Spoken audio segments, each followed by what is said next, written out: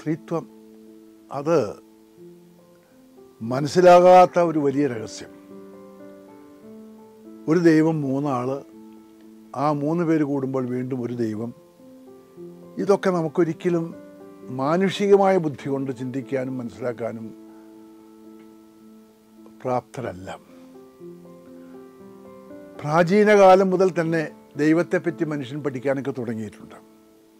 ആരംഭകാലത്തിൽ ദൈവത്തെ ഒരു ശക്തിയായിട്ട് മനുഷ്യൻ ചിത്രീകരിച്ചു. അതിന് കാരണമുണ്ട്. അവൻ്റെ ചുറ്റും കാണുന്ന ആ പ്രകൃതി ശക്തികൾ, ആ പ്രകൃതി ശക്തിയെ തന്നെ ദൈവമായിട്ട് ഒരു കാലഘട്ടത്തിൽ ആരാധിച്ചു. കുറേ കഴിഞ്ഞപ്പോൾ ആ ശക്തിക്ക് പിറകിലുള്ള മറ്റൊരു ശക്തിയാണ് ദൈവമെന്ന് ചിന്തിക്കാനും പ്രാർത്ഥിക്കാനും തുടങ്ങി. പഴയ നിയമകാലത്ത് വന്നപ്പോൾ അതിനൊരു പടി കൂടി കടന്ന് ശക്തി മാത്രമല്ല, അത് നമ്മുടെ പിതാവാണ്, രക്ഷകനാണ്, നിയന്താവാണ് എന്നൊക്കെ നമുക്ക് ചിന്തിക്കാൻ തുടങ്ങി. പക്ഷേ അപ്പോഴും ഒരു ദൈവം, 3 ആള് എന്നുള്ള ആശയം ആർക്കും അന്നില്ല.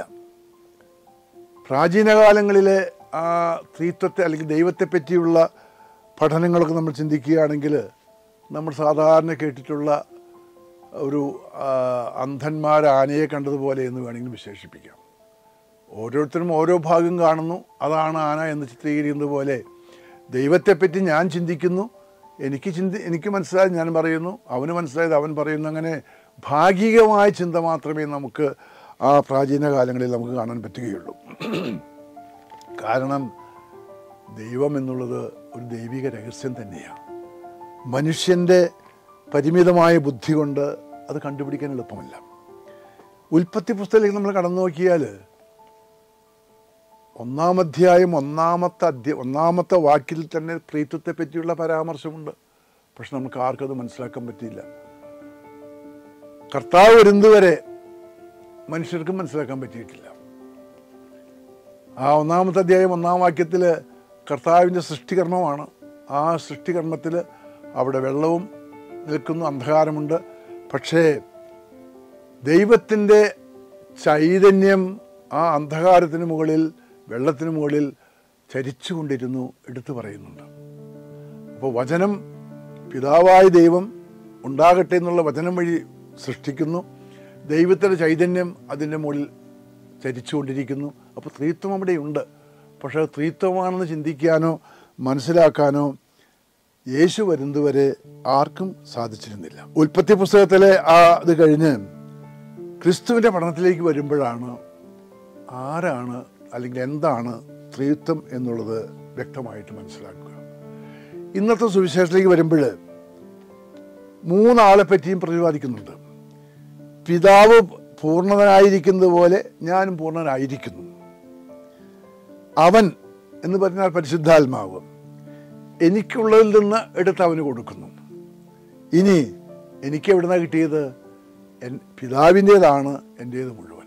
അങ്ങനെ 3 പേരെ പറ്റി ഇവിടെ പ്രതിപാദിക്കുന്നുണ്ട്. കുറെ കൂടി വ്യക്തമായ പ്രതിപാദനം, ത്രിത്വത്തെ പറ്റിയുള്ള പ്രതിപാദനം കാണാൻ കഴിയുക കർത്താവിൻ്റെ ജ്ഞാനസ്നാനവേളയിലാണ്. അവിടെ പുത്രൻ മാമോദിസ സ്വീകരിക്കാതെ നിൽക്കുന്നു. പരിശുദ്ധാത്മാവ് പ്രാവിൻ രൂപത്തിൽ എഴുന്നള്ളി വരുന്നു. പിതാവ് ഉറക്കെ പ്രഖ്യാപിക്കുന്നുണ്ട്, ഇവൻ എൻ്റെ പ്രിയപുത്രൻ. രൂപാന്തരീകരണത്തിൻ്റെ വേളയിലും ഏറെക്കുറെ തന്നെ നമുക്ക് കാണാൻ കഴിയും. അപ്പോൾ ത്രിത്വം എന്നുള്ളത് എനിക്കോ നിങ്ങൾക്കോ സ്വന്തം ബുദ്ധി കൊണ്ട്, ശക്തി കൊണ്ട് ആലോചിച്ച് കണ്ടെത്താൻ കഴിയുന്ന ഒരു സത്യമല്ല. അത് ദൈവത്തിൻ്റെ വെളിപാടാണ്, ദൈവം വെളിപ്പെടുത്തി തരുന്നതാണ്.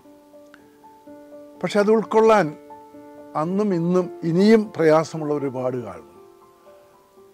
ക്രിസ്തുവിനൊക്കെ കുറേ കാലങ്ങൾക്ക് മുൻപ് സോക്രട്ടീസ് എന്ന് പറയുന്ന വലിയ തത്വചിന്തകൻ, ഒരു പക്ഷേ ദൈവത്തെപ്പറ്റി മണിക്കൂറുകളും ഇന്ന് സംസാരിക്കാൻ സാധിക്കുന്നവനാണ്. അദ്ദേഹത്തിൻ്റെ അടുത്തേക്ക് കുറച്ച് പേർ ചെന്ന് ചോദിക്കുകയാണ്, ദൈവം ആരാണ്? സോക്രട്ടീസ് അല്പസമയം ഒന്നും മിണ്ടിയില്ല, മൗനമായി നിന്നു. അവർ വീണ്ടും ചോദ്യം ആവർത്തിച്ചു, ദൈവം ആരാ? സോക്രട്ടീസ് തിരിച്ചൊരു ചോദ്യം ചോദിക്കുകയാണ്, നീ ആരാണ്? പ്രതീക്ഷിക്കാത്ത ചോദ്യമായതുകൊണ്ട് അവർ ആകെ പരുങ്ങുകയാണ്.